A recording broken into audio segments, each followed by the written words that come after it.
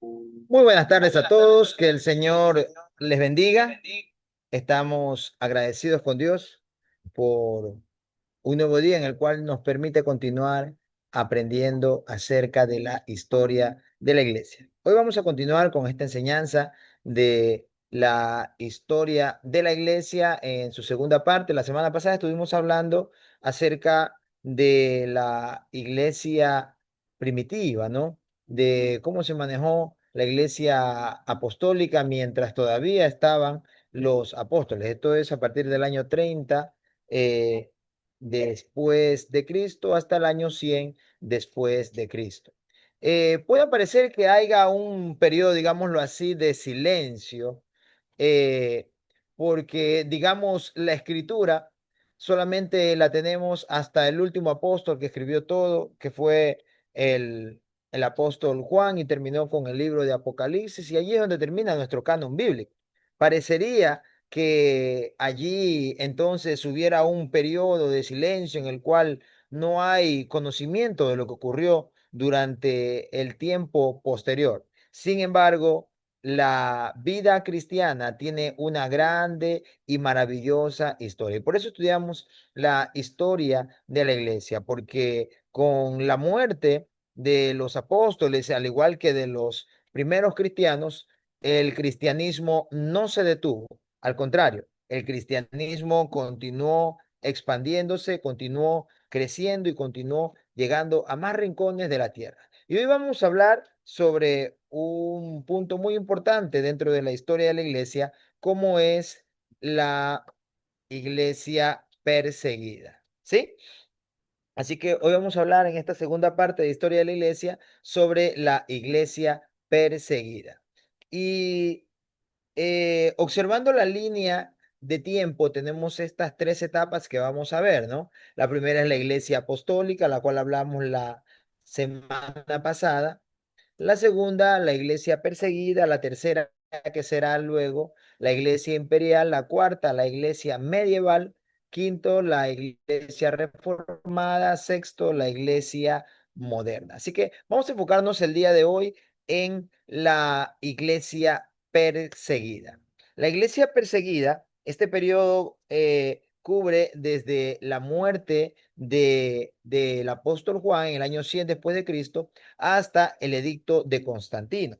Si podríamos dividir nosotros este periodo de la iglesia perseguida en partes, lo podríamos dividir en tres partes. Y estas partes son, en primer lugar, las persecuciones imperiales. En segundo lugar, la organización eclesiástica. En tercer lugar, también la condición de la iglesia. Entonces, bajo ese orden, vamos a ver en este periodo, como es algo que ocurría dentro de este marco de la historia hasta el año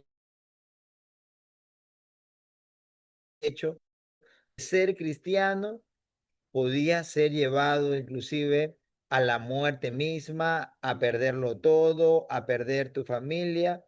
Algunos que no iban a la muerte podían haber sido inclusive mutilados, entre otras cosas más. Entonces, eh, algo que sí ocurrió durante todo este periodo de tiempo de más de 200 años es que hubieron momentos en los cuales las persecuciones cesaron por un tiempo, pero luego con el siguiente emperador las reglas cambiaban y pues también eh, la situación hacia el cristiano. Es que los mejores, o digamos los más sabios emperadores, de los cuales habla la historia, eh, esos fueron los que más persiguieron a los cristianos. Sin embargo, los que podríamos considerar los peores o más corruptos e inmorales, emperadores, fueron los que menos se opusieron al cristianismo. ¿Por qué? Ya lo vamos a ver. Sin embargo, cabe recalcar algo. Los cristianos, los cristianos eran y deben de continuar siendo gente pura. Mire, en aquel tiempo, por sobre todo, ya que nos estamos refiriendo a la historia, los cristianos no se metían con nadie. Los cristianos no le hacían daño a nadie. Los cristianos no le robaban a nadie. Los cristianos no hablaban mal de nadie. Al contrario, cuando los cristianos eran llevados a, a un juicio en el cual era dictaminada la muerte, en esos momentos, los cristianos oraban inclusive por aquellos que estaban allí para quitarles la vida. Los cristianos estaban orando, estaban clamando, estaban pidiendo a Dios por esas personas que les estaban haciendo este gran daño. Ellos estaban clamando por ellos, estaban diciendo, Señor, ten misericordia, y repetían inclusive las palabras de Jesús en la cruz, perdónalos porque no saben lo que hacen. Los cristianos, en otras palabras, no se metían con nadie, no le hacían mal a nadie, al contrario, si podían ayudar inclusive a aquellos que le habían hecho daño, aquellos que quizá los habían mutilado, que habían matado a alguno de sus familiares, ellos lo iban a hacer. Los cristianos de ese tiempo eran gente muy ejemplar. No guardaban resentimiento, no tenían odio.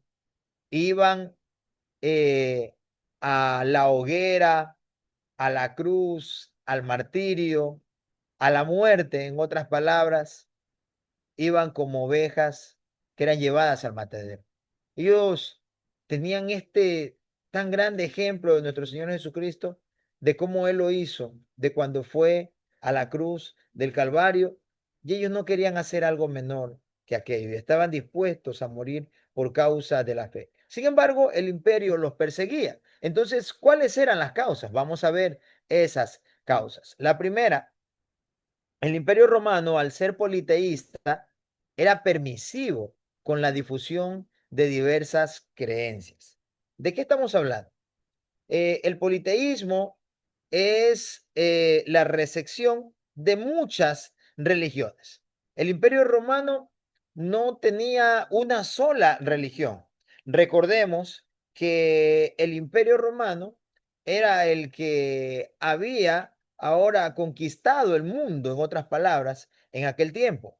Habían pasado ya los grandes imperios como fue los egipcios, los asirios, los babilonios, los medos, los persas, los griegos, y ahora el imperio romano era el más fuerte del planeta. Era el más fuerte del planeta. Y como conquistaban naciones, cada nación tenía una creencia diferente, tenía una deidad. Y el imperio romano estaba lleno de deidades y se los permitían. Inclusive algunos griegos empezaron a conocer acerca de otros dioses y empezaron también a adorarlo. Aparte de que los griegos también tenían muchísimas deidades, creían en los dioses del Olimpo, entre muchas otras cosas más, ¿no? Y el Imperio Romano era permisivo en la difusión de diversas creencias. Sin embargo, los cristianos profesaban a un solo Dios, un Dios para el cual no había ni siquiera una imagen.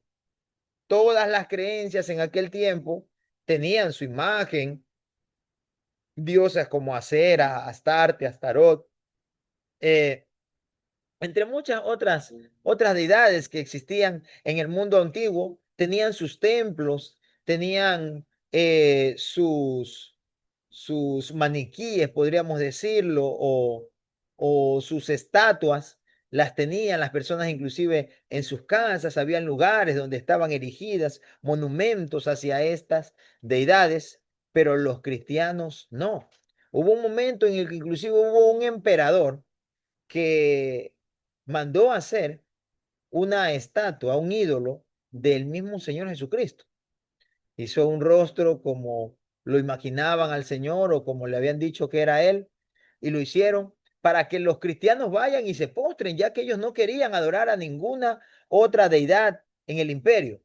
Pero los cristianos se negaron y eso los llevó también a la horca, a la hoguera, a ser muertos a filo de espadas, despellejados, degollados, comidos por fieras, crucificados, entre muchas otras formas horribles de morir. Segundo, las provincias que querían incrementar el comercio establecían templos de dioses extranjeros, como el templo de Isis en Alejandría. Entonces, el cristianismo al empezar a difundirse y a las personas empezar a aceptar el cristianismo, hacía que estos dejen de adorar a imágenes. Y muchas personas vivían de esto. En el libro de Hechos, por ejemplo, en el capítulo 19, nosotros nos encontramos con un asunto allí en el cual Pablo entra a Éfeso y pues allí ocurrió que Pablo empezó a predicar, allí fue liberada una muchacha inclusive de espíritus de adivinación. Es allí donde Pablo, al ver muchas deidades y muchos altares a diferentes dioses, encontró uno que decía al Dios no conocido. Y Pablo empezó a hablar de aquel Dios, el Dios no conocido. Y dice en la escritura que la gente que allí llegó y recibió a Cristo, a ese Dios no conocido, para el cual no había una imagen, dice que ellos llevaban y quemaban, trajeron los libros de magia, quemaban los dioses hechos de plata y todas aquellas cosas. Y la palabra del Señor empezaba a prevalecer. Entonces, hubo mucha gente que fue afectada, podríamos decir, económicamente por causa del evangelio, porque la idolatría estaba perdiendo poder. Los templos ya no se estaban llenando de la misma manera. La gente ya no podía vender las imágenes como la hacían antes. Tercero, las imágenes se encontraban en los hogares para recibir adoración, situación que rechazaban los cristianos. Es así como los cristianos les hablaban, ¿cómo puedes adorar a un Dios que no puede defenderse a sí mismo? ¿Cómo puedes adorar a un Dios que necesita ser cargado? Y la gente empezó a hacer conciencia acerca de esto y con las señales que veían de los cristianos, señales de sanidad, señales de liberación, la gente empezó a abandonar ese tipo de religiones que solamente los tenían ligados a la idolatría. Cuarto, la adoración al emperador. En ese tiempo, un emperador se consideraba a sí mismo inclusive como Dios. Se consideraba a sí mismo como un Dios al cual debían de rendirle tributo. Por eso se habla acerca del tributo a César, ¿no? Y había una moneda, Jesús dice, cuando le están preguntando sobre este tema, Jesús le dice, ¿quién está en esta moneda? Y le dicen, el César. Entonces, darle al César lo que es del César y a Dios lo que es de Dios. eh, Hablando del tributo, estaba la moneda con la figura de eso, pagaba un tributo porque también lo consideraban como un dios. Cuando cambiaba, esta persona moría, pues se hacía inclusive hasta una nueva moneda, tratando de figurar la imagen del nuevo emperador. Y los cristianos tampoco iban a adorar a un hombre que sabían que iba a morir, pero que no iba a resucitar. Entonces, estas cosas, a pesar de que habían emperadores que eran buenos, que eran sabios, que habían emperadores que podría decir que eran los mejores emperadores de la historia, como Marco Aurelio, por ejemplo, fueron también los que atacaron mayormente al cristianismo por estas situaciones. Quinto, los cristianos se rehusaban a rendir honor al emperador, por lo que se consideraban como desleales y conspiradores de una revolución. Eh, el gobierno, podríamos decir, los líderes del gobierno empezaron a decir, ellos se están negando a rendirte honor, están perdiendo el respeto hacia ti y están creciendo en masa. Entonces, tarde o temprano, si ellos se levantan, pueden conspirar contra ti. Están creciendo en mucho, gran número, por donde quiera que van, ellos consiguen seguidores. Y puede ser que lo que ellos están haciendo es una conspiración en contra de el gobierno. Es así que el cristianismo el cristianismo empezó a ser perseguido por razones como esas, por gente que no entendía que los cristianos no se reunían para conspirar, que la gente no estaba convirtiéndose porque quería levantarse en contra del gobierno de aquel tiempo, sino que estaban recibiendo en sus vidas el mayor regalo que nunca habían tan siquiera imaginado, que era el regalo de la salvación. Sexto, para el cristianismo, todos son iguales, por lo que cualquiera podía ser elegido para tomar lugares importantes en la iglesia. Mire, el siguiente problema que había era que, digamos, en ese tiempo habían amos y esclavos. Tanto amos como esclavos podían convertirse también al cristianismo. Había amos que se estaban convirtiendo al cristianismo. Al igual que habían inclusive soldados, generales que también se convertían al cristianismo en aquel tiempo. Y en la casa o en el trabajo, él es mi amo, yo soy su siervo. Pero en la iglesia era algo diferente, en los lugares donde se reunían era algo diferente, porque allí un esclavo podía ser un predicador, un esclavo podía llegar a ser inclusive un obispo en algún momento, y un amo podía ser tan solamente un oidor, alguien que llegaba solamente a aprender. Entonces, esto para la mente de los indoctos no cabía, se estaba habiendo un desprestigio en la sociedad. O sea, los pobres se estaban elevando por encima de los ricos y estaban tomando autoridad. ¿Qué es lo que está haciendo este grupo que está trastornando tanto que ahora los amos tienen que escuchar a los esclavos? ¿Qué es lo que está pasando con esta gente?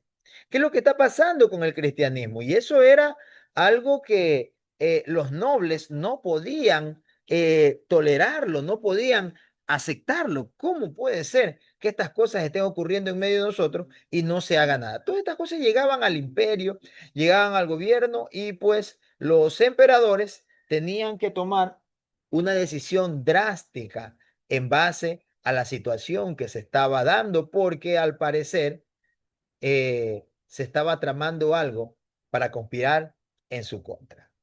Séptimo, fueron perseguidos también principalmente por quienes se vieron afectados en su economía por cultos paganos y por los que deseaban las propiedades de los creyentes. Mire, había una conspiración también acerca de los cristianos. Habían cristianos que eran ricos, habían cristianos que tenían mucho dinero. Si nosotros vemos en el libro de Hechos y encontramos una pareja llamada Ananías y Zafira, esta pareja eran personas pudientes, gente que tenía mucho dinero. Habían cristianos que tenían grandes propiedades. Entonces, se utilizó también la persecución hacia el cristianismo para tomar las propiedades de los cristianos que morían por causa de Cristo. Porque ellos, si les decían, si no rehusas a Cristo, te vamos a quitar todo, puedes quitármelo. Te vamos a matar, puedes matarme, pero no me vas a quitar el privilegio de poder servir y de amar a Dios. Y ellos fueron perseguidos. Una de las causas del cristianismo, de la persecución hacia el cristianismo, era también que querían quedarse con las propiedades de ellos.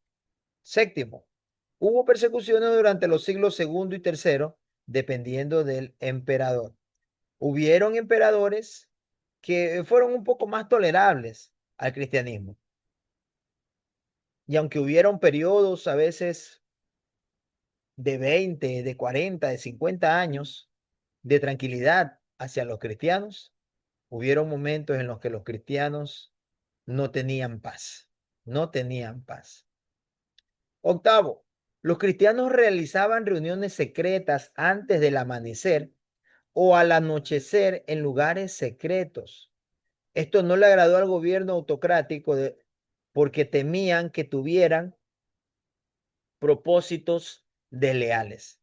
Ese era un temor que había en el imperio. Los cristianos se están reuniendo secretamente. Los estamos persiguiendo, los estamos matando, pero ellos se están reagrupando, están encontrando lugares en donde reunirse y hay que buscarlo. Hubieron emperadores inclusive que hicieron que personas se infiltren en medio de los cristianos para saber dónde se estaban reuniendo. Digamos que alguien llegaba, yo quiero aceptar a Cristo, quiero convertirme al cristianismo. Y los cristianos lo recibían. Muchos se quedaron inclusive en el cristianismo y abandonaron eh, el trabajo que les había sido encomendado y se quedaron con los cristianos. Otros volvían cumpliendo su misión a decir los cristianos se están reuniendo en tal parte. Ya sabemos dónde podemos encontrarlo. Y pues he ahí que iban y los tomaban. Momentos en los cuales la historia habla acerca de que hubieron cristianos quemados dentro de sus mismos lugares donde se reunían. En el lugar donde ellos se reunían, allí mismo los mataban.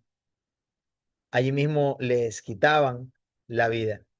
Eh, Además de eso, hablaban acerca de los cristianos. Los cristianos, al parecer, son una secta, en realidad, porque, y los acusaban, imagínense, los acusaban hasta de incesto. Decían, esta, esta nueva religión está promoviendo el incesto, porque son familias, se llaman hermanos. Ella es mi hermana, el cristianismo. Y eran perseguidas entre ellos, eran acusados hasta de canibalismo. Los que no entendían sobre la cena del Señor, ellos acusaban a los cristianos de que habían matado a alguien y se estaban tomando su sangre y se estaban comiendo su carne mientras hablaban acerca de la Santa Cena. Imagínense las cosas que ocurrían y cómo había tanta oposición hacia el cristianismo y emperadores que eran sabios, al enterarse de todo esto, hicieron grandes persecuciones en contra de los cristianos. Por último, la Santa Cena no la podían tomar los extraños, y esto era una causa de acusación y persecución. Habían personas que llegaban allí, pues ahora querían empezar a practicar el cristianismo, y ellos no les permitían porque no se habían bautizado, porque no habían profesado el cristianismo en sus vidas, y ellos no se los permitían. Ellos querían ser parte muchas veces de cosas como esta, pero ellos decían, aquí es con Cristo todo, sin Cristo nada, en otras palabras. Esa era la actitud de los cristianos en aquel tiempo. Una actitud muy directa, muy correcta, una defensa hacia el evangelio, hacia la sana doctrina, muy maravillosa, en realidad. Ahora, ¿por qué más perseguían a los cristianos? A la primera generación de cristianos relacionada de alguna manera con los judíos y el judaísmo, era reconocido por el gobierno como una religión permitida. El judaísmo era una religión, pero cuando el templo es destruido, al igual que Jerusalén en el año 70 después de Cristo, si no me equivoco, por el emperador Tito el Grande, el cristianismo quedó sin templo, quedó sin leyes que protegiesen a sus seguidores de sus enemigos, quedó así el judaísmo, y por ende, como los primeros cristianos, en su mayoría, fueron judíos, el cristianismo no tenía un templo ya, ya no tenían un lugar donde adorar, ya no tenían el judaísmo para poder ser algo de lo cual ellos poderse proteger. Yo soy judío.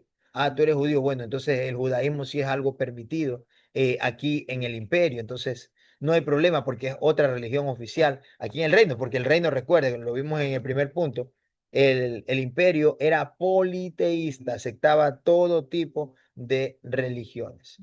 Mire, aquí hay una imagen de los lugares en donde ellos se reunían. En esas paredes que están allí están escritas inclusive memorias de algunos de ellos, alabanzas, inclusive quedaron allí figuras, dibujos de cómo los cristianos se congregaban en estos lugares, en catacumbas, en cuevas, en diferentes lugares, con tal de no parar de adorar al Señor. Ahora, del año 180 al 202 hubo un periodo de confusión entre los emperadores. Cuando muere Marco Aurelio en el año 180 después de Cristo, se inicia una terrible persecución ordenada por Septimio Severo, que dura hasta su muerte en el 211. Esta persecución fue más severa en Egipto y en el norte de África.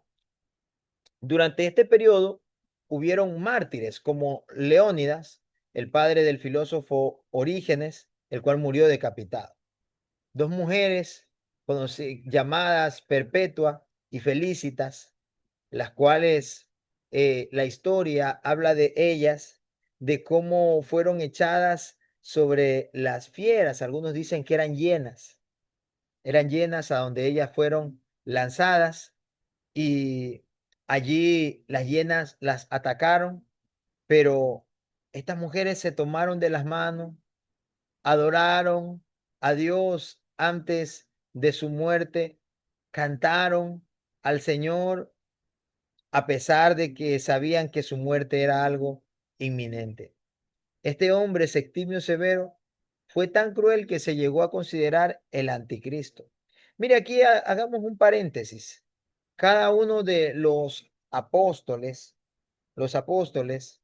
estuvieron hasta el último que fue Juan, hasta el año 100 después de Cristo. Pero todos ellos identificaron los ataques hacia los cristianos al ver a emperadores como Nerón, al ver a emperadores como Diocleciano en el primer siglo de la era cristiana. Ellos lo veían como el anticristo. Este es el, el anticristo, está causando la persecución a la iglesia. Y sabe, hay que tener muy claro que en cada periodo de la historia, al igual que a pesar de los cambios que hay en el gobierno y en todo eso, siempre el apóstol Pablo hablaba de que ya está en acción el espíritu del anticristo. ¿Sabe? El anticristo es verdad, este espíritu del anticristo entró en, digamos, casi todos estos emperadores.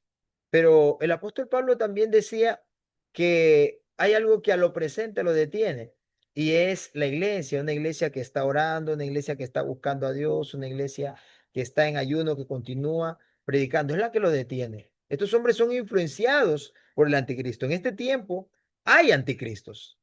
Juan habla de que han surgido muchos anticristos. En este tiempo hay anticristos, todo aquel que se levanta en contra de de la veracidad de la palabra de Dios, que crea una falsa doctrina, que trae persecución hacia el cristianismo, es un anticristo, está influenciado por este espíritu, pero todavía no es el anticristo que vendrá al final de los tiempos, porque todos estos hombres han sido influenciados por el espíritu del anticristo, pero todavía no ha podido manifestarse en su totalidad porque la iglesia continúa aquí en la tierra. Cuando la iglesia sea quitada, cuando la iglesia se vaya de esta tierra, es cuando el anticristo tendrá el dominio, digámoslo así, sobre todo el mundo. Estos emperadores decían, ¿cómo puede ser que los estamos matando? ¿Cómo puede ser que les estamos quitando la vida, los estamos haciendo padecer, los estamos haciendo sufrir? Y ellos siguen creyendo en él. Eso es lo que impide aún en la actualidad que el anticristo se manifieste en su totalidad. Desde desde aquellos tiempos el espíritu del anticristo se viene moviendo, pero la iglesia es la que ha impedido que éste pueda tomar el dominio total sobre la tierra. Sin embargo, cuando la iglesia ya sea arrebatada, ya sea llevada a la presencia del Señor, allí el anticristo podrá tener eh, dominio sobre la gente que tanto rechazó a Cristo, la gente que tanto se burló de Dios, la gente que tan poco le pareció el Evangelio, pues lastimosamente ahora tendrán a un gobernador conforme a la dureza de su mismo y propio corazón. Continuamos. Nos encontramos con un emperador como Marco Aurelio. Este reinó en el año 161 hasta el 180 después de Cristo.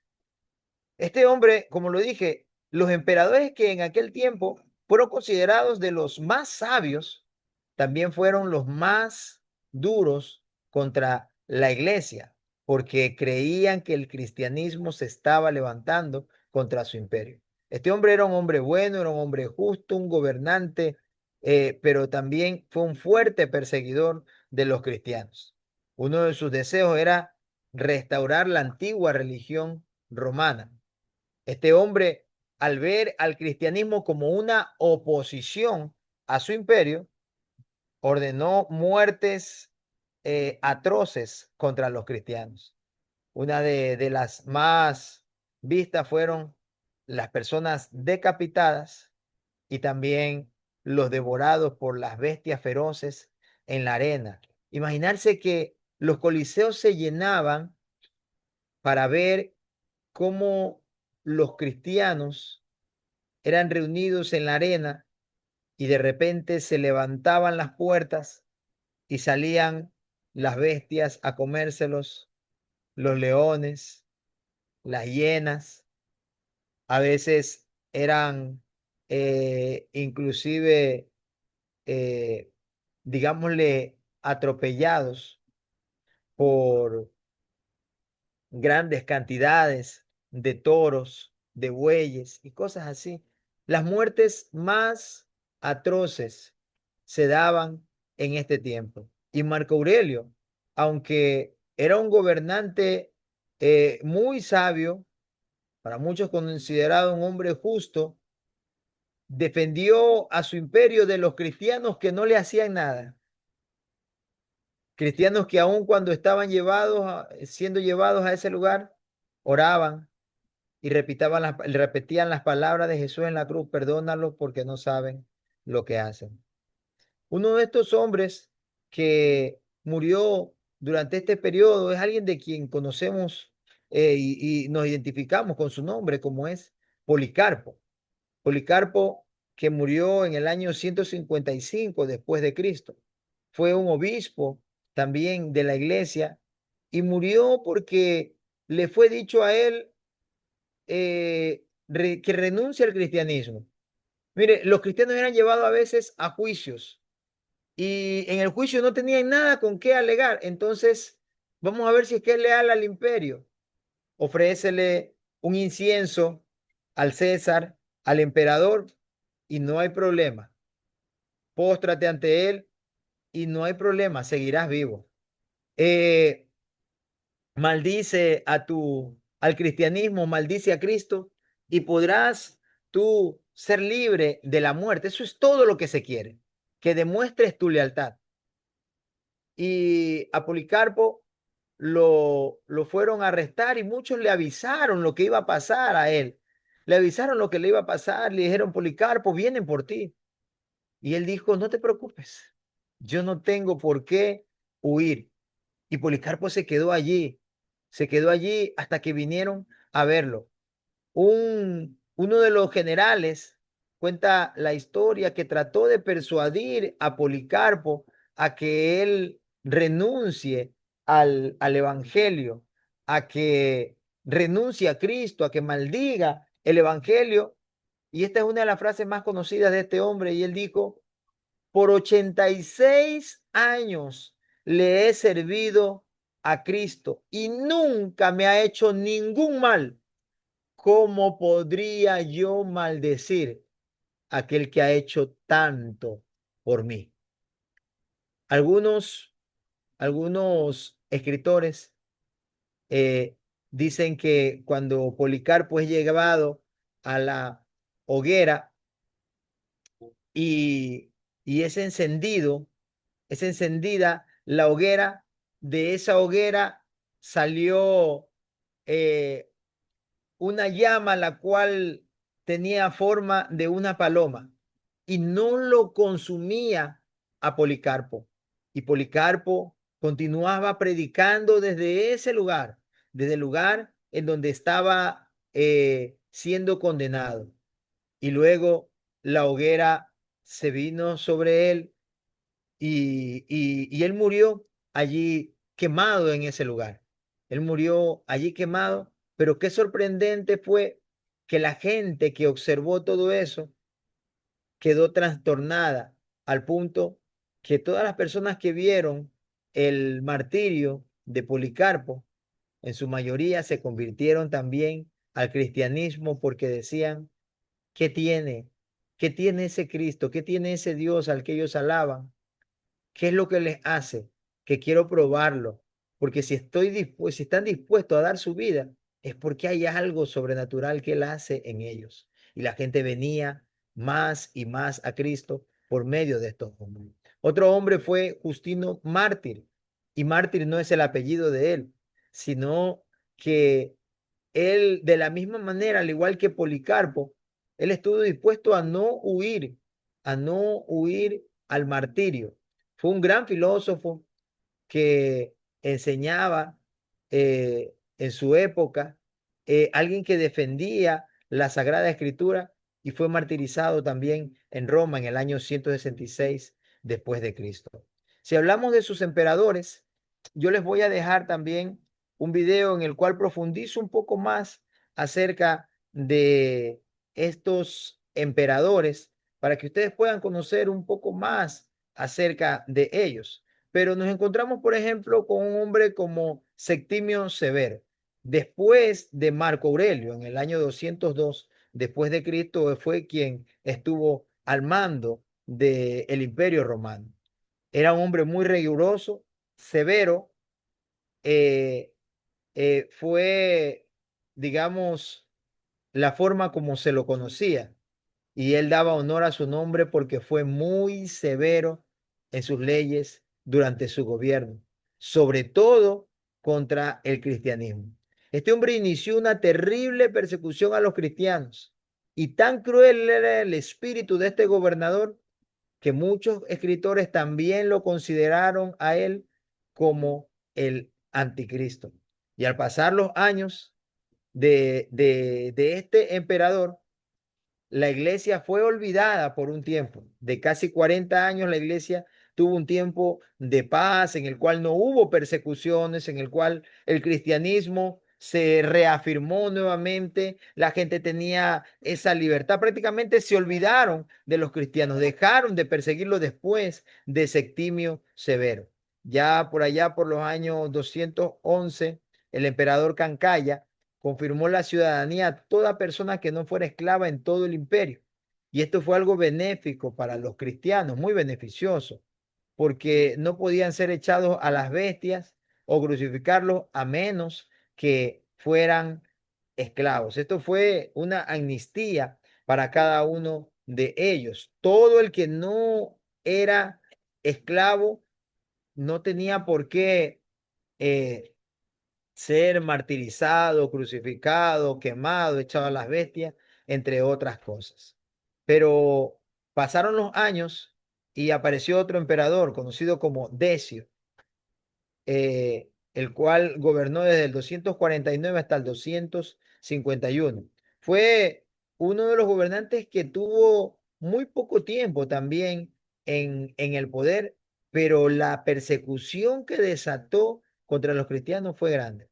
Murió pronto, murió pronto, y luego de este emperador siguieron 50 años de comparativa calma para los cristianos. Algo que estaba olvidando de esto del emperador Cancaya es que en ese tiempo, ¿sabe?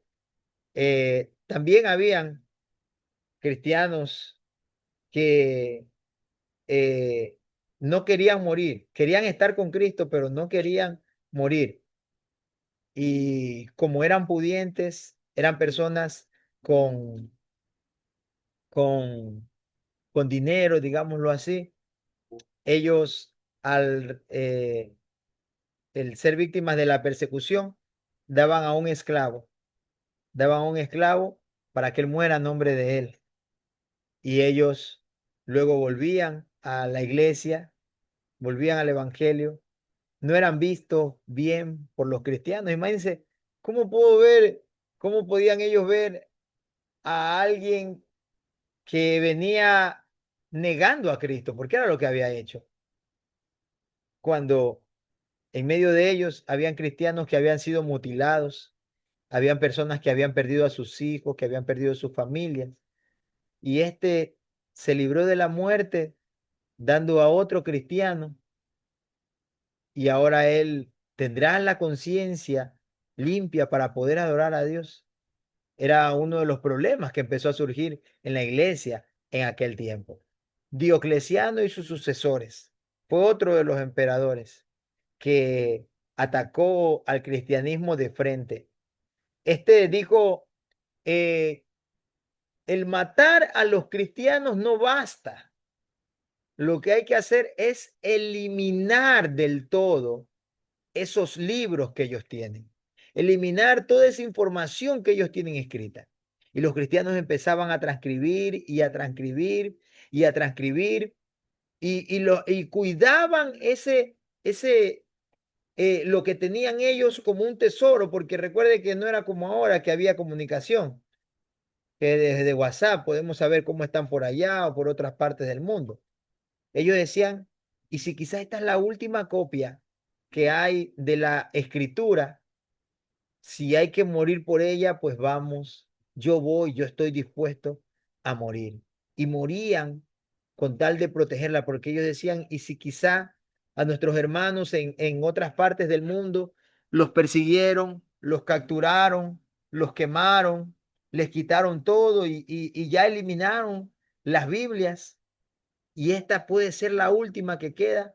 Hay que esconderla, hay que buscar la manera de pasarla a otra generación, pero que ella no desaparezca, que ella no desaparezca, porque ¿qué haremos si ya no tenemos la Sagrada Escritura? Este hombre ordenó que las iglesias sean derribadas. Si no renunciaban a su religión cristiana, les era quitada la ciudadanía y la protección de la ley. Recuerde que anteriormente se les había dado ciudadanía a a los cristianos, a menos de que sean esclavos, no podía haber un edicto de muerte contra ellos. Pero ahora Diocleciano a los cristianos le quitaba la ciudadanía romana para que ellos ya no tengan protección y puedan ser muertos por causa del cristianismo. A este le sustituyeron Galerio y Constancio, los cuales continuaron con la persecución durante 6 años. Pero es cuando aparece un hombre llamado Constantino, hijo de Constancio, en este tiempo, el cual no profesaba ser cristiano, y él les pidió su edicto de tolerancia en el año 313 después de Cristo. Y a partir de allí, la adoración del cristianismo fue hecha legal y cesó la persecución mientras duró el imperio romano. La persecución hacia los cristianos se calmó hasta allí con el edicto de Constantino. La persecución hacia el cristianismo ha continuado hasta el día de hoy, pero allí se detuvo todas estas masacres que habían por profesar el ser cristiano. En el video que les voy a mandar luego, en el cual hablo un poco más acerca de todos estos emperadores. Ustedes van a conocer un poco más sobre aquello, así que desde ya yo les recomiendo que ustedes lo vean, el cual también se llama Historia de la Iglesia, segunda parte, ¿no? Mártires prominentes de la fe. Estamos hablando de Simón, más conocido por nosotros como Marcos, el cual muere crucificado en el año 107 después de Cristo. Ignacio, el obispo de Antioquía, el cual fue echado a las fieras en el 108, en el 110 después de Cristo. Policarpo, del cual acabamos de hablar, el cual fue quemado vivo en el 155 después de Cristo. Justino Mártir, un filósofo muy reconocido que murió martirizado en Roma, al igual que miles de cristianos sacrificados en plazas y arenas. La última persecución fue la más terrible de todas, la cual fue hecha por Diocleciano, ¿no? Aquí es donde el cristianismo estuvo a punto de desaparecer porque se levantó en contra ahora de las copias de la Biblia, de las sagradas escrituras. Mire, en este tiempo los cristianos eh, ya este, tenían las compilaciones de la Sagrada Escritura. Ya habían receptado todos los escritos de los apóstoles, los que habían caminado y andado con nuestro Señor Jesucristo. Y era esto lo que querían destruir. Los cristianos se reunían en los templos y allí venía el imperio contra ellos. Mandaban un espía que se haga pasar por cristiano y luego éste les diga dónde estaban y llegaban allí y los quemaban vivos dentro de aquello, del lugar en donde estaban adorando. Y ya con Constantino, con el edicto de tolerancia, se terminó todo esto y la tolerancia, la creencia en Cristo fue algo legal. Allí cesó toda persecución por el resto del imperio. Quiero que veamos un video en en esta tarde, por favor. Así que preste atención a lo que va a ver en este momento.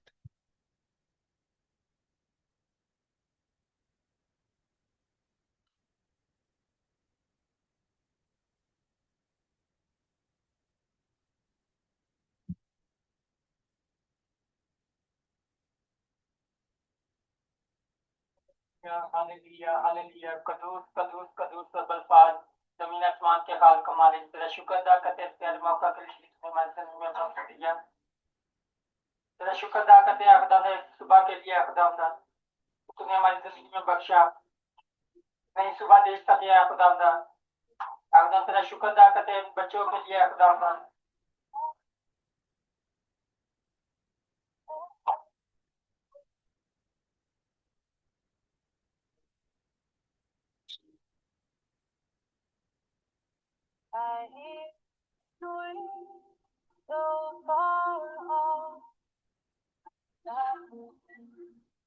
En la actualidad en Pakistán, los cristianos somos ciudadanos de segunda. Aunque no hemos cometido ningún crimen, somos relegados y apartados al lugar más bajo de la sociedad.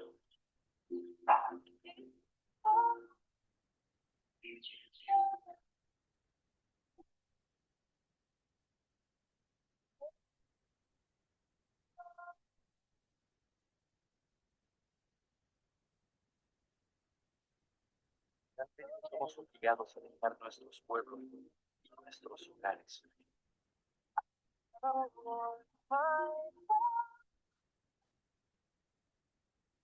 Podemos conseguir buenos trabajos.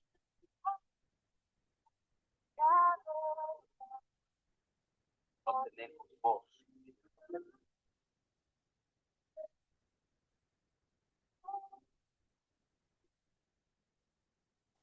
Queda es la servidumbre.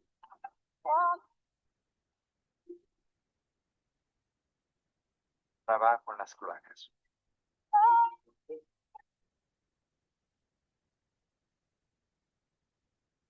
Y sabemos que nunca vamos a progresar.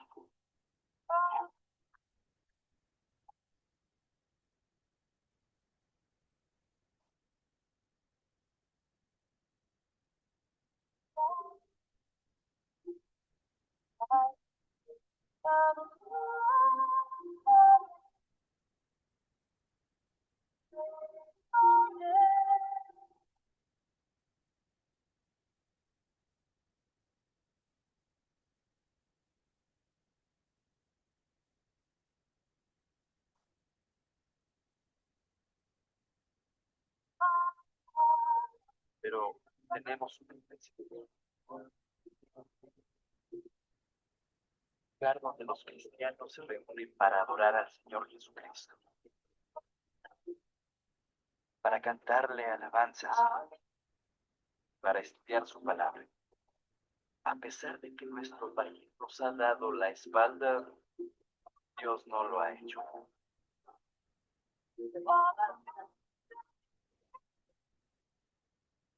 A veces no es sencillo. Leyes. Así que por favor, no te olvides de orar por nosotros,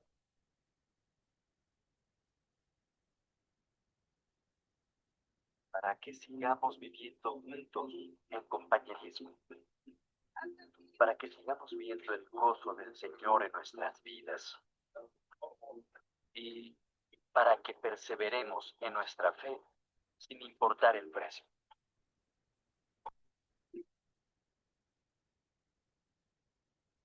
Por favor, recuerda que nosotros estamos orando por ti.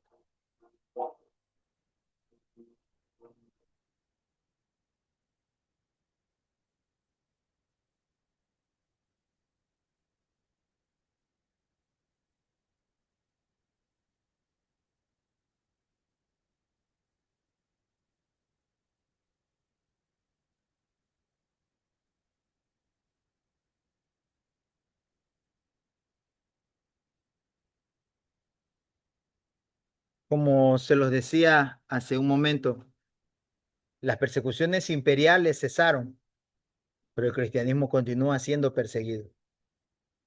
Solo observemos lo que pasa allá en Pakistán. El simple hecho de ser cristiano hace que sean relegados a la posición más baja. Para un cristiano jamás habrá un trabajo digno por el simple hecho de ser cristiano. Ellos nunca podrán ser los dueños de un negocio. Ellos nunca allí jamás podrán eh, ser o alcanzar una posición social. Lugares en el mundo en donde se les impide inclusive el poder estudiar, el poder desarrollar una carrera. Están relegados a la parte más baja, a la servidumbre total, por un solo hecho, el hecho de ser cristianos. Algo que nos piden los cristianos alrededor del mundo es esto, que siempre estemos orando por ellos, que siempre estemos clamando por ellos, porque ellos, a pesar de la dificultad en la que viven, ellos no están dispuestos a abandonar este hermoso y maravilloso camino. Hay personas que padecen mucho más en lugares como Corea del Norte. Los cristianos tienen que reunirse secretamente, y al igual que lo hizo Diocleciano, cuando ellos son encontrados adorando a Dios, son muertos en ese mismo lugar. Son muertos en ese mismo lugar. Hay lugares inclusive hoy en día en Haití, a donde el evangelio, el evangelio, el creer en Cristo es lo más inseguro que puede haber, porque eso es un hecho que lo lleva directamente a la persona a la muerte. Si quieres morir, pues hazte cristiano. Pero a pesar de todo, todavía hay hombres y mujeres que continúan eh, profesando el nombre de Dios y están dispuestos a no olvidarlo jamás, y mucho menos negarlo ni dejarlo. La siguiente parte de esta segunda lección de la historia de la iglesia, como es la iglesia perseguida, es la organización eclesiástica. Mucha gente en la actualidad entiende la iglesia como un edificio. Esta no es la definición bíblica de la iglesia. La palabra iglesia viene de la palabra griega eclesia, que significa una asamblea o una convocatoria. El libro de Romanos capítulo 16 en el verso 5 dice, saludad también a la iglesia de su casa. Y Pablo se refiere a la iglesia en su casa, no a un edificio que alberga la iglesia, sino al cuerpo de creyentes, a los hombres y mujeres que nos reunimos a ver. Somos los que representamos el cuerpo de Cristo. Somos los que en realidad formamos la iglesia. Si nosotros no estamos, la iglesia no es más que un edificio. Puede ser la iglesia más linda, puede ser la iglesia más grande. Hoy en día estamos construyendo nosotros la iglesia. Dios nos dio ya un terreno, estamos construyendo allí, pero si nosotros no estamos, el día que nos vayamos con el Señor, que venga el arrebatamiento de la iglesia, eso no será más que un edificio. Gente que querrá llegar allí a buscar una palabra, pues ya no nos va a encontrar. Se acabó el tiempo en el que todavía podían hacerlo y ahora pues tocará enfrentar situaciones duras para poder alcanzar la salvación, pero todavía hay esperanza, aunque ese no es el plan de Dios para con los hombres, ¿no? En el año 50, el Concilio de Jerusalén estaba compuesto por apóstoles y ancianos, pero a la muerte de los apóstoles no había quien dirigiera la iglesia con autoridad de ellos. Al crecer los cristianos, se hace necesario contar con autoridades locales como lo y se sostenía por medio de un sistema doctrinal riguroso. En 50 está allí donde estuvieron los apóstoles todavía con vida, ¿no? Allí estuvieron ellos, estuvo Pablo, estuvo Pedro y se debatió acerca de los gentiles que estaban viniendo a Cristo y pues, ¿qué se iba a hacer con ellos también? Pero cuando ya ellos mueren, ellos no dejaron instalando nuevos apóstoles. No dejaron, a ver, tú vas a ser el siguiente apóstol. No. Pero sin embargo, el cristianismo continuó creciendo y necesitaba autoridades. Es allí donde nace el obispado, ¿no? Los obispos existieron desde el tiempo de los apóstoles justamente para eso. Pablo dice, y el que anhela obispado, buena cosa desea, ¿no? Buena cosa desea. Para esto no importaba si eras un esclavo, si eras un libre, no importaba si tenías dinero, si no lo tenías. Lo que importaba era que tengas ese deseo de defender el evangelio con tu propia vida, si es posible. Durante este tiempo en el cual la iglesia empezó a organizarse, no habían obispos que reclamen autoridad sobre los demás. Todos se respetaban y la gente respetaba a los obispos. ¿Qué hacía la gente? La gente estudiaba las cartas de los apóstoles, las estudiaban. Mire, por ejemplo, lo que dice, léame por favor mi hermana Lili Guerrero, Colosenses capítulo 4, versículo 16, y mi pastora Sandra, por favor, léame Segunda de Pedro capítulo 3 en el verso 15. ¿Sí? Mi hermana Lili, Colosenses 4, 16, por favor. Amén, siervo. Colosenses 4:16. Cuando Amén. esta carta haya sido leída entre vosotros, haced también que se lea en la iglesia de la Odisea, y que la de la Odisea la leáis también a vosotros. Amén. Amén. Entonces observamos el sistema, cómo se manejaron las escrituras. Pablo envía una carta, por ejemplo, a los corintios, y esto no quiere decir que porque fue escrita a los corintios nadie más podía leerla o nadie más podía saberla. No, esas cartas empezaron a ser pasadas a los demás, a hacerse copias para que los demás tengan un fundamento de fe, tengan una regla de fe y de doctrina y no se vayan a desviar del camino del Señor, no se vayan a desviar del evangelio. Y los obispos estaban encargados de que las personas que venían ahora al evangelio no distorsionen la palabra del Señor. Porque recuerde, al principio eran judíos convertidos, en su mayoría. Pero luego al venir gentiles y personas de diferentes lugares del mundo también a Cristo, se corría el peligro de que ellos se infiltren en la doctrina de Jesucristo. Ahora ellos empiecen a infiltrar sus conocimientos paganos, empiecen a meter la idolatría, entre otras cosas más. Los obispos estaban encargados de eso. Es así como se desarrolló la doctrina. La fe se sostenía por medio de un sistema doctrinal riguroso e inflexible. Mire, ya durante este tiempo ya se había difundido los escritos del Nuevo Testamento, ya se había establecido un canon. Había un respeto hacia los escritos de los apóstoles. Ya estaban los evangelios, ya estaban las cartas que se habían escrito. Y había un gran respeto hacia ellos por cuanto ellos habían caminado con Jesús, habían comido con Jesús, habían también visto a Jesús, habían tenido experiencias sobrenaturales con Jesús, habían sido los primeros en recibir el Espíritu Santo. En estos días estábamos comentando en el grupo quiénes eran los padres de la iglesia, ¿no? Y nos encontramos allí con cuatro, si los dividimos por grupo, nos encontramos con cuatro grupos. Los padres apostólicos, los padres antenicenos, los padres nicenos y los padres posnicenos.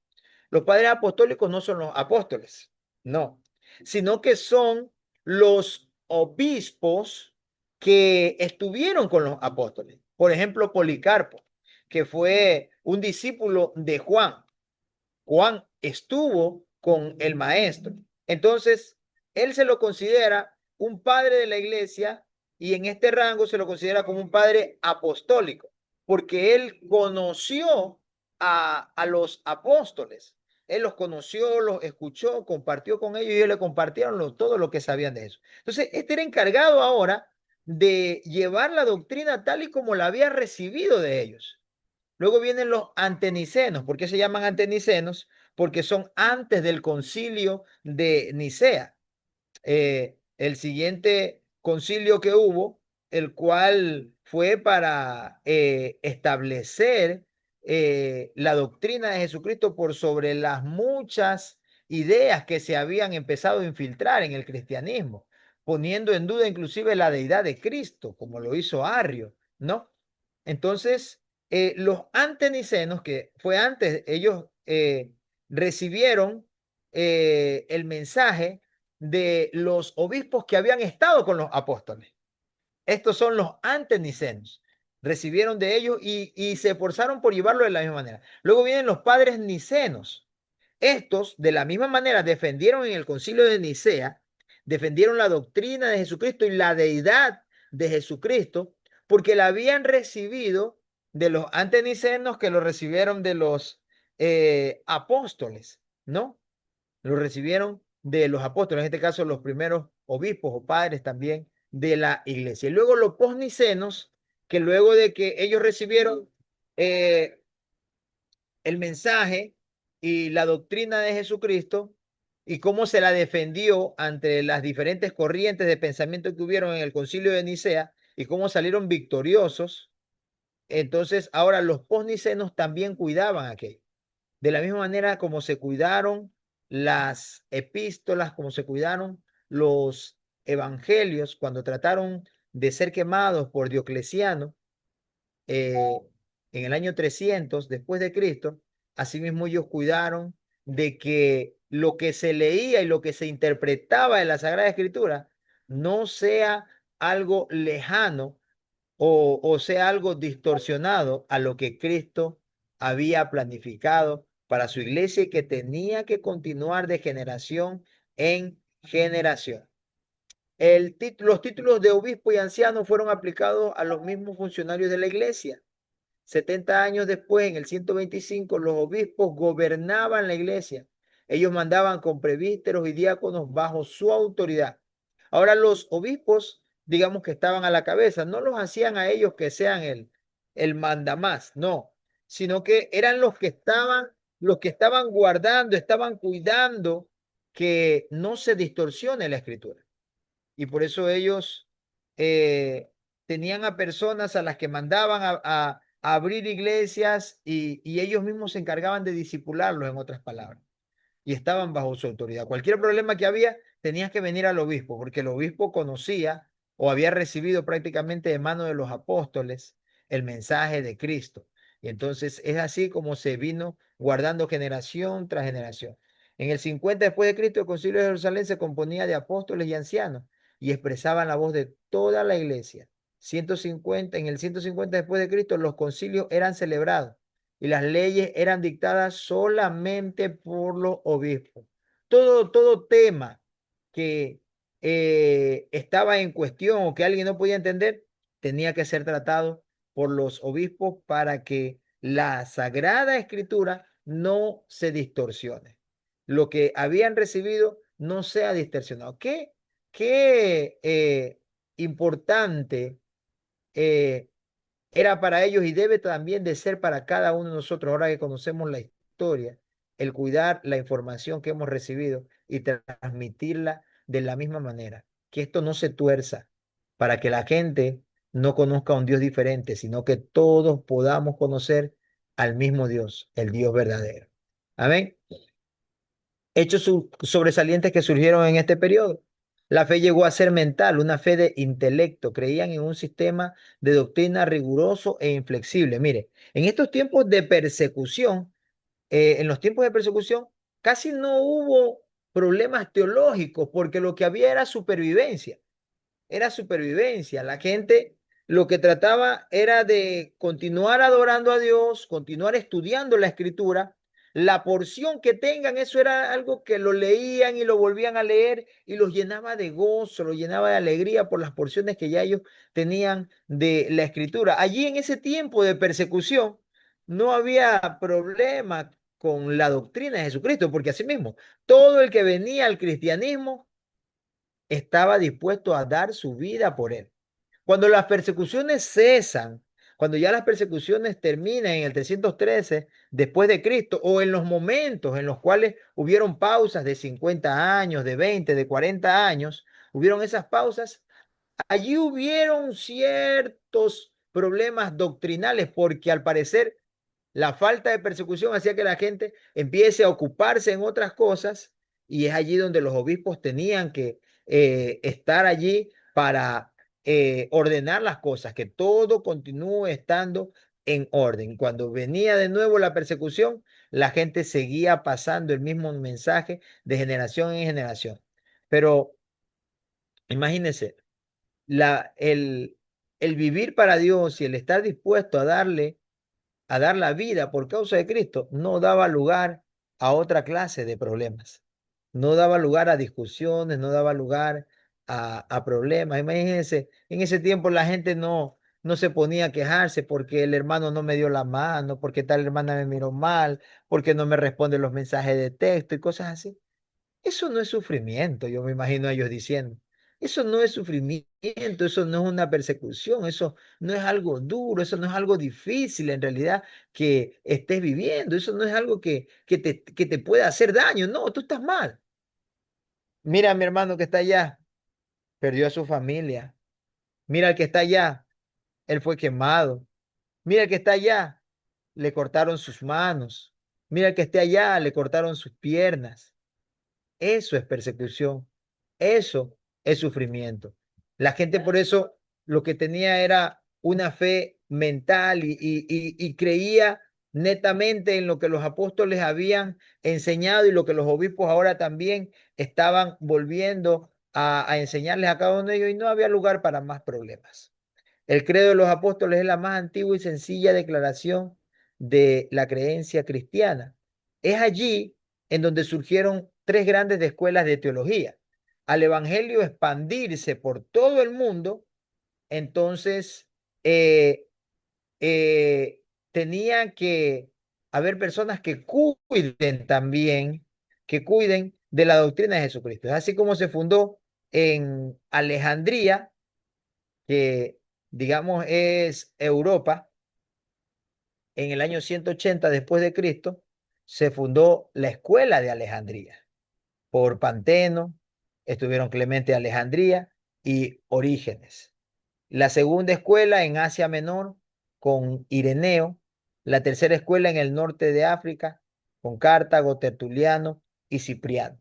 Estas escuelas tenían el objetivo de a los nuevos creyentes enseñarle la doctrina de Jesucristo.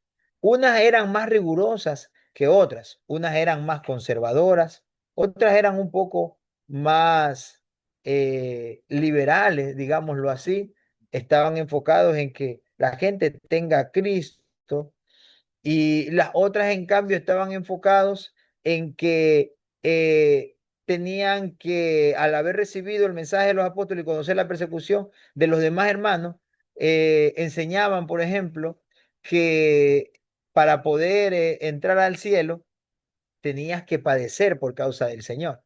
Entonces empezaron estas escuelas a fundamentar las cosas, porque hubieron gente que empezaba hasta a martirizarse a sí mismo.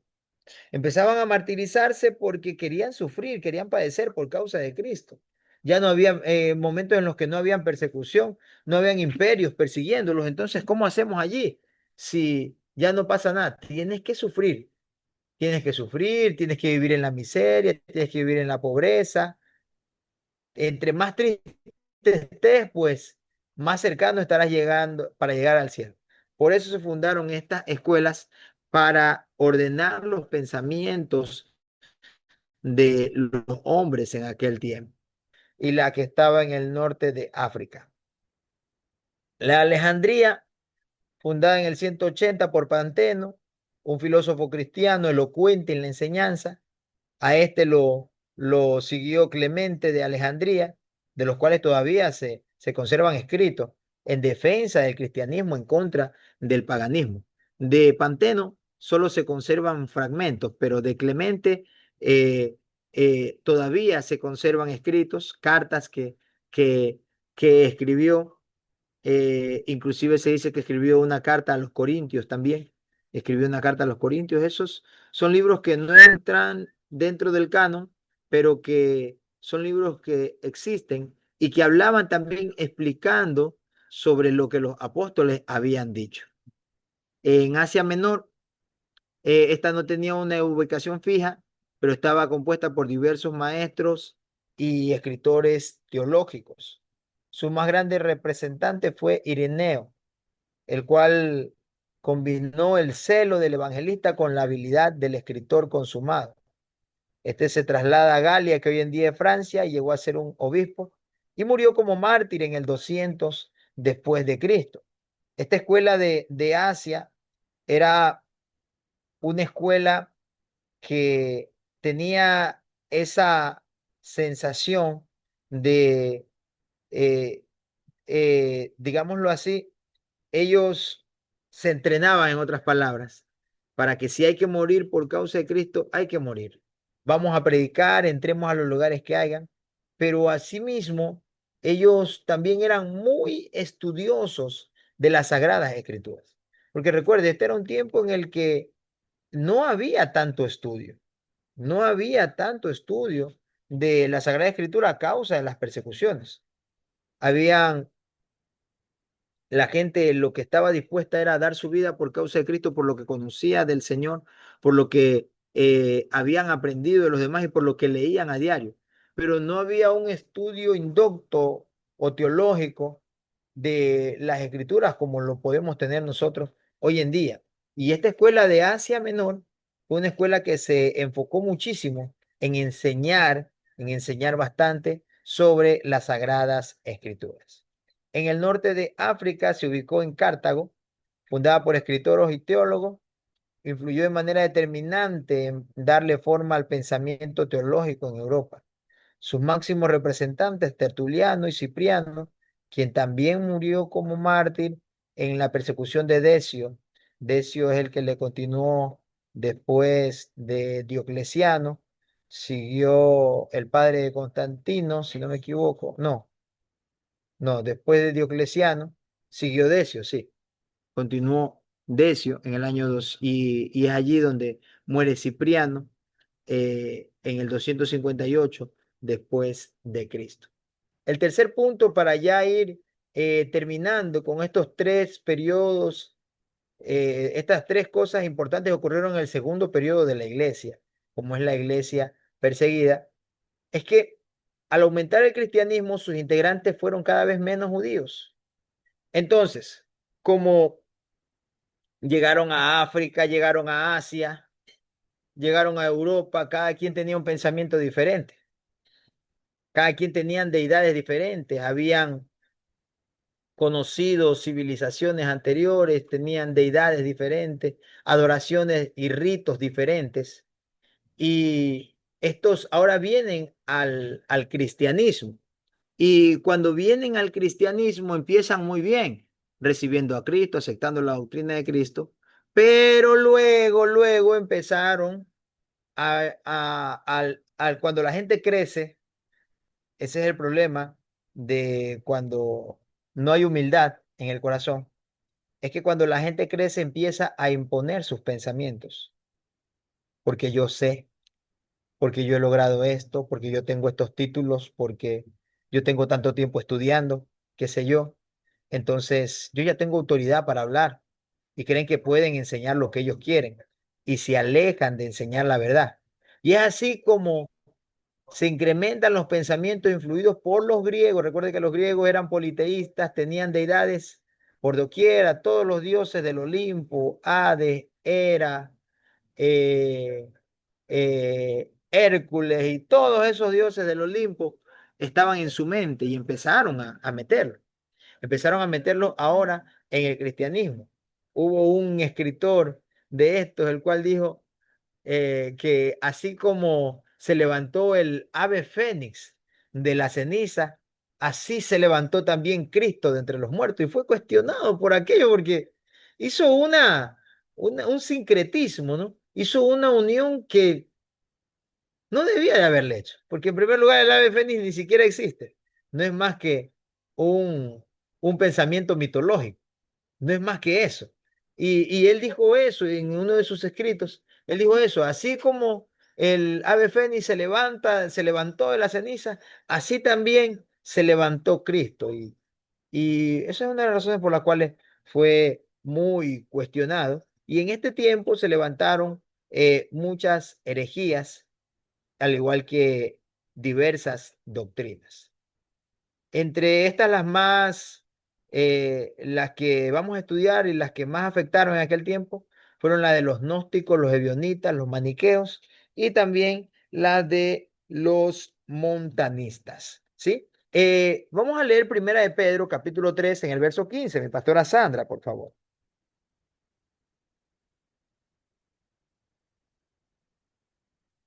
¿Sí? ¿Estamos por aquí? Sí, mi pastor, ¿cómo está? Buenas tardes. Dios Estaba me la bendiga. esperando aquí ya. Sí. Primera de Pedro, 3:15 creo que Capítulo me dijo, ¿no? 3, versículo 15, sí. Perfecto, déjenme poner los ojos.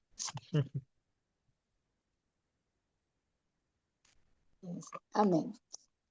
Si no santificad a Dios el Señor en vuestros corazones y estad siempre preparados para presentar defensa con mansedumbre y reverencia ante todo el que os demande razón de la esperanza que hay en vosotros. Amén. Amén. Entonces, mire lo que el apóstol Pedro está diciendo. En primer lugar, santifiquemos a Dios en nuestros corazones y estemos preparados siempre para presentar defensa con mansedumbre y reverencia ante todo aquel que os demande razón de la fe que hay en vosotros. Se levantaron herejías, se levantaron falsas doctrinas en este tiempo y es allí donde también se levantaron los defensores. Estas son las razones por las cuales se establecieron los concilios en diferentes épocas de esto. Ya en la próxima semana que continuamos avanzando en la historia de la iglesia, vamos a encontrar también sobre los concilios que se dieron en este tiempo y cómo defendieron la sana doctrina. La iglesia cada vez contaba con la presencia de griegos místicos y desequilibrados de Asia Menor. Ellos surgieron toda clase de opiniones y teorías y estas desarrollaron con fuerza en la iglesia. En primer lugar están los gnósticos, del griego gnosis, que significa sabiduría. Asia Menor era un injerto del cristianismo al paganismo. Ellos interpretaban las escrituras alegóricamente, lo que parecía más adecuado al intérprete, y florecieron en el siglo II y asimismo perecieron. Mire, una de las cosas que tenían los gnósticos es que interpretaban la escritura de una manera alegórica. Cuando cuando estudiamos hermenéutica, ¿no? Estudiamos acerca de el método alegórico. Si vamos a predicar y vamos a usar el método alegórico para interpretar la escritura de otra forma, siempre primero hay que explicar el contexto para luego poderle dar la interpretación, para que así no se desvirtúe el contenido real de la Sagrada Escritura, ¿no? Sin embargo, ellos no. Hacían una, una expresión alegórica de la escritura y enseñaban lo que ellos querían. Ellos se unieron al cristianismo y, y de allí luego salieron inclusive los libros, hay libros apócrifos que se escribieron y fueron escritos por estos gnósticos. Por eso son considerados apócrifos no inspirados. Uno de ellos, por ejemplo, es el Evangelio de Judas. En este Evangelio de Judas se dice que Cristo le dice a Judas que él quisiera poder ser libre de ese cuerpo y poder vivir una vida como las demás personas. Los gnósticos, eh, al ser del griego gnosis, que significa sabiduría o conocimiento, ellos tenían un pensamiento de que la amplitud del conocimiento podían llegar a un nivel de conocimiento en el que el hombre podía transformarse en un Dios, como lo que se vio hace poco en la nueva era, ¿no?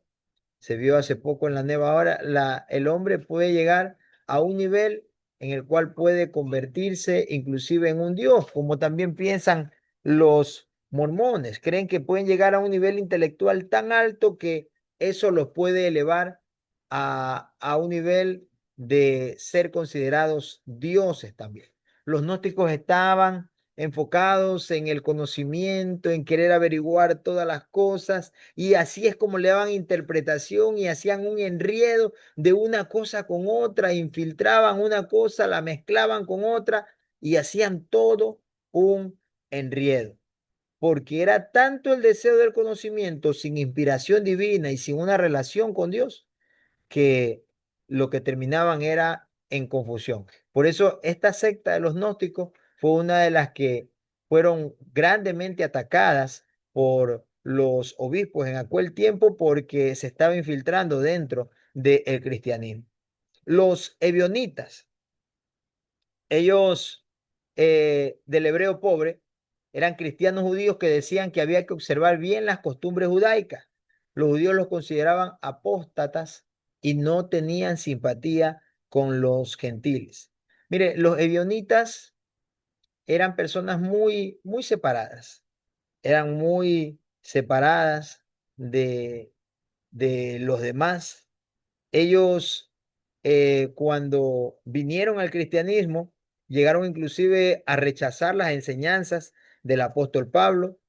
Para ellos Jesús no era más que 100% un hombre natural. Ellos negaban también el nacimiento virginal de Jesucristo. Aceptaban solamente, digámoslo así, la filosofía cristiana. Le gustaba el mensaje del evangelio, de amar al prójimo, de perdonar al enemigo y todas esas cosas, pero no aceptaban a Cristo como Dios, como un Dios, como Dios en realidad. Negaban su nacimiento virginal, para ellos esto no era posible y por eso es que ellos eran personas muy apartadas, pero cuando se metieron al cristianismo, quisieron hacer una infiltración también de esta clase de conocimientos con las costumbres judaicas y por esa razón los obispos y la iglesia tuvo que hacer una separación con estas sectas o herejías que empezaron a crecer en medio de ellos. No vinieron de afuera, nacieron de allí, sino que al todavía tener el pensamiento de atrás, y traerlo acá, la gente hace una mezcla. Por eso tenemos que tener mucho cuidado. Hay gente que viene de un mundo en el cual estuvo en la hechicería, en la magia blanca, en quién sabe cuántas cosas, y ahora viene al cristianismo y bueno, todavía te puedes pasar por ahí un huevito, que todavía el horóscopo tienes que leerlo, que no sé qué, y hacen una infiltración de cosas que creen más en el cosmos, que le hablan más a, a, a la existencia, no oran a Dios, sino que le oran a la vida, cosas así, y se infiltran en el cristianismo. Los siguientes, los maniqueos. Ellos eran persas que rechazaban a Jesús. Solo creían en un Cristo celestial y también renunciaban al matrimonio. Mire, ellos, en otras palabras, niegan la responsabilidad del hombre en sus acciones. Ellos decían que eh, el, el hombre no tiene la culpa de sus acciones porque está en un cuerpo de pecado. Y al estar en un cuerpo de pecado, el pecar es algo normal, entonces no puedes luchar contra aquello, pero sí puedes ser libre de esto. No eres culpable de tus acciones. Hiciste esto, hiciste lo otro, caíste, pecaste, hiciste lo que hiciste, pero al fin y al cabo tú no eres el culpable porque tú no pediste nacer en un cuerpo pecaminoso. La única forma de obtener esa libertad es también asimismo a través del conocimiento. Además, ellos eh, rechazaban a Jesús y creían solamente en el gobierno de un Cristo que gobierna desde el cielo, pero que no estuvo aquí en la tierra. ¿Ya? Al Cristo eh, que se hizo hombre, a Dios que se hizo hombre y caminó en medio de nosotros y anunció las buenas nuevas del reino, ellos lo rechazaban. Él está reinando desde allá, él aquí no estuvo. Y si estuvo aquí, algún profeta, cualquiera de esos, es el que pudo andar. Además de eso, cuando una persona enviudaba en el cristianismo, ellos empezaban a decirle, esta es la mejor opción para que tú ya te libres también ahora de el deseo carnal, así que ya no pienses en casarte, no pienses en rehacer tu vida, no pienses en nada de esas cosas, porque todas esas cosas son irrelevantes delante de Dios. Estaban también los montañistas. Estos casi no pueden clasificarse como herejes. Eran puritanos que querían volver a la sencillez de la iglesia primitiva. Pero eran estos montañistas y se llamaban montañistas porque estos estaban eh, tan lejos de los cristianos. Abrazaban el cristianismo, se unieron al cristianismo, pero antes de separarse un poco de ellos dejaron su influencia también en la iglesia. De aquí es donde salían esos pensamientos de que, pues, si tú no sufres por causa de Cristo, no vas a entrar al cielo. Si a ti no te decapitan, si a ti no te apedrean, si a ti no te acuchillan, tú no vas a ir al cielo. Al cielo se entra, pero solamente por medio del sufrimiento. Ellos por eso vivían alejados en las montañas y ellos trataban de volver a la sencillez de la iglesia primitiva, una iglesia que estaba así en catacumbas, una iglesia que recordemos, la iglesia primitiva, eh, fue una iglesia que escuchaba la palabra del Señor, pero que no se adentró, digámoslo así, del todo en el estudio de la misma. Y ellos eran así, como hoy en día, ¿no? Hay mucha gente que dice eso de la teología, eso es del diablo, la letra mata, el espíritu es el que da vida, lo que tienes que buscar son en las cosas espirituales. Y es verdad, hay que buscar las cosas espirituales en primer lugar, pero el hombre no podrá discernir las cosas espirituales si no conoce eh, las cosas naturales, si no tiene el conocimiento de la Sagrada Escritura para poderla entender, ¿no? Y es así como en medio de todo este periodo de persecución de la iglesia de casi 200 años, los escritos del Nuevo Testamento terminaron poco después del principio del siglo, tal vez en el año 110 después de Cristo, para establecer el canon del Nuevo Testamento. Algunos libros no fueron aceptados en todas partes. Los libros que tenemos hoy en el Nuevo Testamento alcanzaron prominencia de escrituras inspiradas y los otros libros fueron quedando fuera del uso de las iglesias. Mire, para el año 110 después de Cristo ya estaba el canon del Nuevo Testamento. Hubieron otros libros, por eso les conversábamos el día de hoy acerca de la Didaje, el Pastor de Hermas, la epístola a Bernabé, a Diógenes, ¿no? Porque fueron libros que también eh, existieron en ese tiempo. Sin embargo, esos libros se escribieron para explicar las cartas de los apóstoles, los evangelios de nuestro Señor Jesucristo. Fueron para eso. Por eso es que ellos ya no entran en el canon. En la Didaje, sin embargo, hay mucho contenido para conocer en todos estos libros, para conocer cómo operaba la iglesia en aquel tiempo, cómo estudiaba, cómo trabajaba y cómo se estaban formando en aquel tiempo. Por ejemplo, hoy en día que hay este problema de aceptar el bautismo en el nombre del Padre, del Hijo y del Espíritu Santo por la Iglesia Apostólica del nombre de Jesús, que solo dice en el nombre de Jesús, que es el bautizo. En la Didaje hay inclusive explicaciones de cómo hacer el bautizo.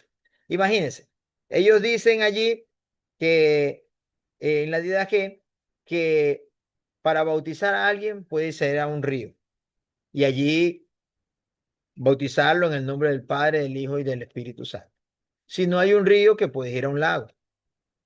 Inclusive, si la persona está enferma y no se ha bautizado, que lo bautice en su casa. La Didaje dice que tomes prácticamente 3 frascos de agua o 3 jarros de agua y le eches uno en el nombre del Padre, otro en el nombre del Hijo y otro en el nombre del Espíritu Santo. Mire, esto dice la Didaje, ¿no? Entonces explicaban de cómo hacer en medio de casos difíciles, ¿no? De casos difíciles que, por ejemplo, alguien está enfermo, ¿no? Como lo mencionaba, está enfermo o ya está muriendo. ¿Y cómo lo vas a llevar al río a bautizarlo? ¿Cómo lo vas a sumergir allí si está imposibilitado de salud? Entonces, allí en la Didaje se explicaba eso y es lo que también en la actualidad se puede hacer. Mire que en el tiempo de pandemia, en el tiempo de pandemia, hubieron muchos cristianos que se bautizaron en línea. Pastor, ¿y ese bautizo vale o no vale? Vale. Para mí parecer, si vale, si hay en primer lugar un arrepentimiento verdadero. Y se ven los frutos de si valió o no valió, si el cristiano permanece todavía o no. Pero yo he conocido a muchos cristianos que se bautizaron en pandemia, escucharon la palabra del Señor. El pastor Arturo Norero fue uno de los que estuvieron haciendo bautizos en línea y hacía Santa Cena en línea también. Cada persona se sentaba allí en su computadora. Yo también escuchaba al pastor en ese tiempo y las personas podían tener allí su pan y su vino para poder celebrar la Santa Cena mientras escuchaban la palabra de Dios y luego poder comer y ser partícipe de la Santa Cena. Asimismo, yo llegué a ver videos en los cuales se hizo bautizos en línea y gente cómo lloraba. Ellos mismos, venía otro cristiano junto a ellos y repetía la oración que estaba haciendo el pastor acá en línea y le decía al hermano, por cuanto has recibido a Cristo, te bautizo en el nombre del Padre, del Hijo y del Espíritu Santo, y cómo gente fue llena de Dios en aquel momento. Fue bautizada en línea, ¿no? Entonces, en la IAG se hablan de casos como estos, de qué se hace en situaciones así, ¿no? Ahora, ¿qué produjo la persecución en la iglesia durante este tiempo? La iglesia fue purificada por las pruebas. La iglesia tenía una misma fe. Mientras estaba en persecución, no habían problemas doctrinales, no habían problemas de herejía, no habían problemas de secta. No había ninguno de estos problemas porque la gente estaba en persecución y lo único que quería era continuar predicando el evangelio, alabando a Dios donde sea que se pueda hacerlo. Y si era de morir por causa de Cristo, pues era hasta un privilegio el hacerlo.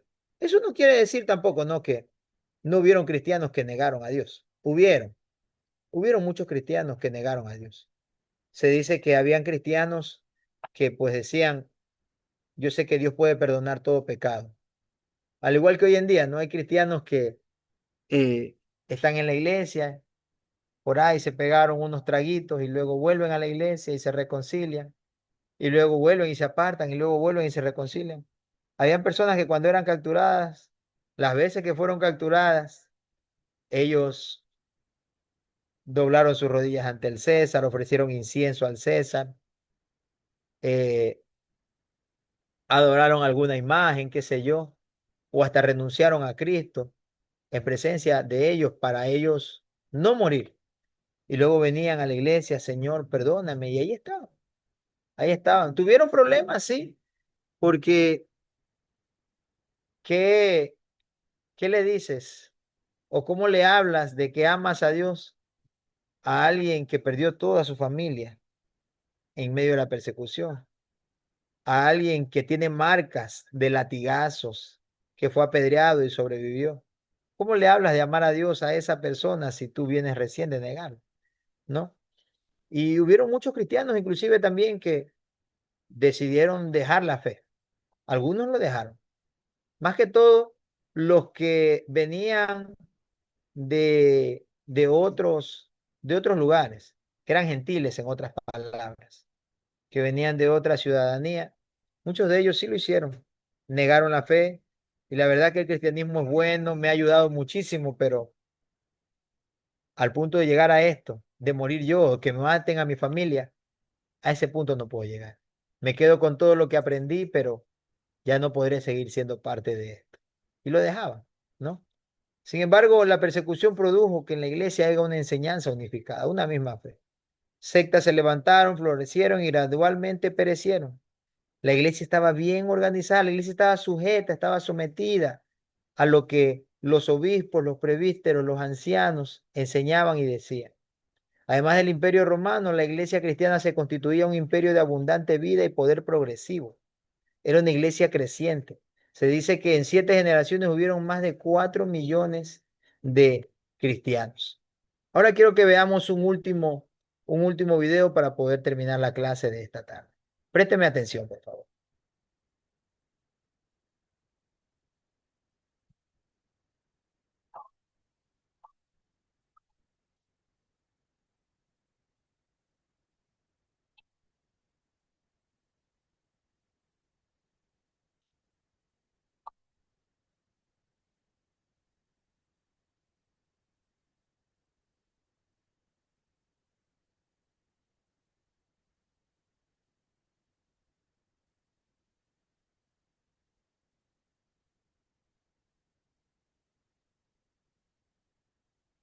Estoy preso por hablar con otros acerca de Jesús.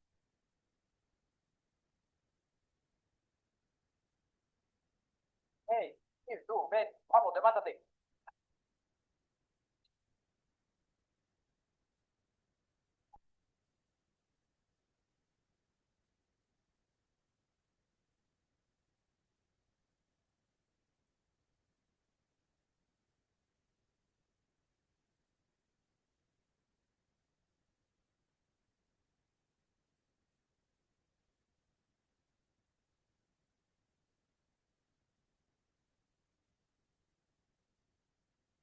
Oye,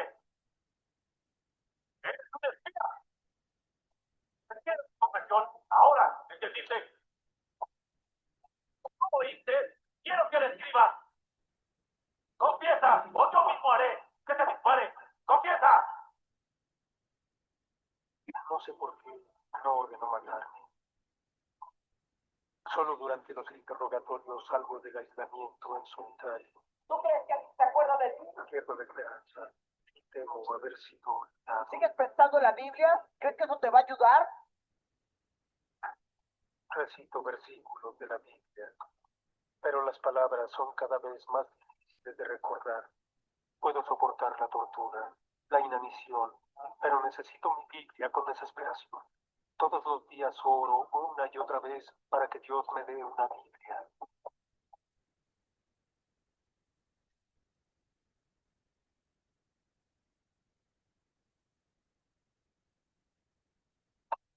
Al fin tengo una oportunidad.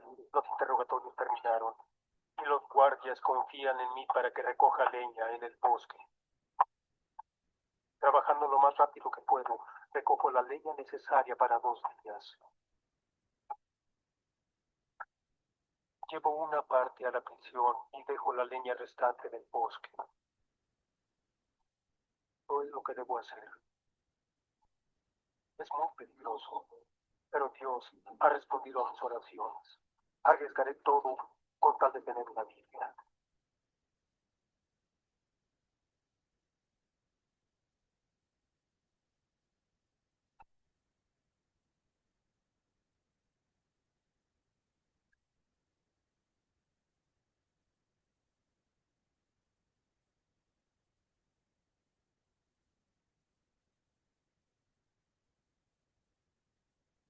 No quiero dejar a mi esposa, pero debo hacerlo o ella correrá peligro.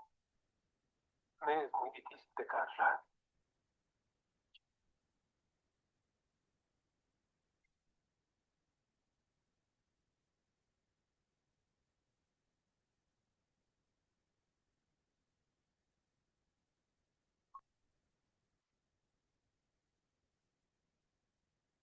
No contestó mis oraciones. Ya tengo una Biblia, pero debo ser muy cuidadoso.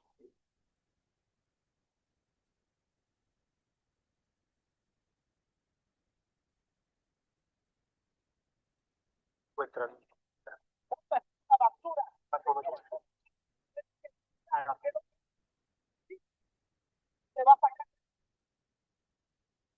Voy a traer.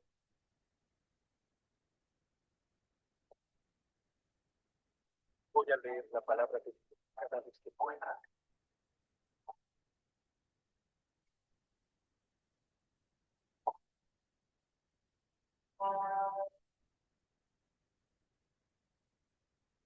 Entonces, cuidado con cartas. Todas estas cartas están dirigidas aquí. Y esta igual. Y aquella. Todas son para ti. Cartas para mí. Cartas de cristianos que no. Dios no se lo respondió a mi oración por una Biblia.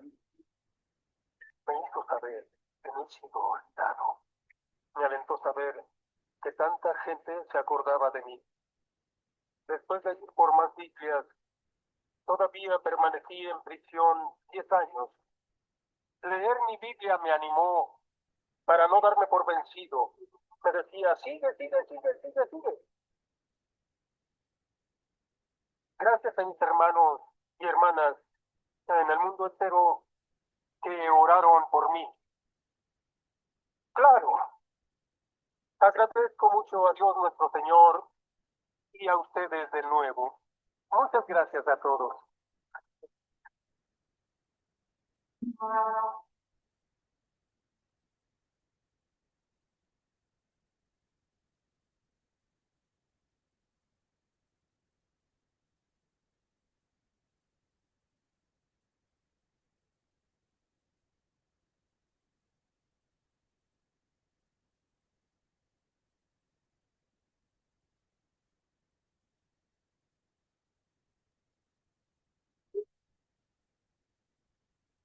Muy bien. ¿Y nosotros qué haríamos por una Biblia? Miren todo lo que este hombre pasó. Los videos que hemos visto el día de hoy, es verdad que no son cosas que ocurrieron allí en vivo en ese momento, pero es la historia que ellos cuentan de lo que tuvieron que vivir los hermanos en Pakistán, lo que este hermano tuvo que sufrir y esperar durante tanto tiempo, pero lo que nunca pudieron quitarle es ese amor, ese deseo por la palabra de Dios.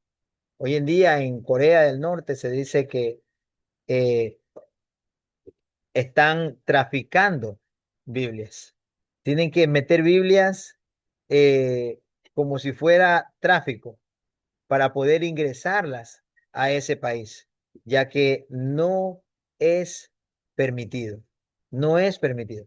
Ustedes han visto, no sé si que en algún momento vieron alguna noticia que pasan unos globos con basura de un lado hacia otro, de Corea del Norte hacia Corea del Sur, le mandan basura.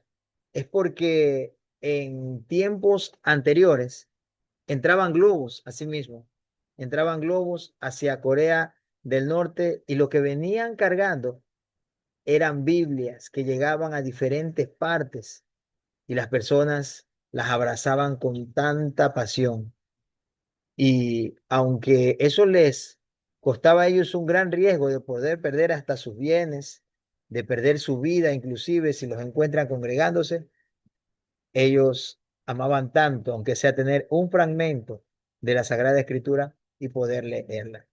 Todos estos hombres que vivieron en persecución, que pasaron todos estos procesos, se esforzaron por algo, que el Evangelio nos llegue claro, preciso y conciso a cada uno de nosotros.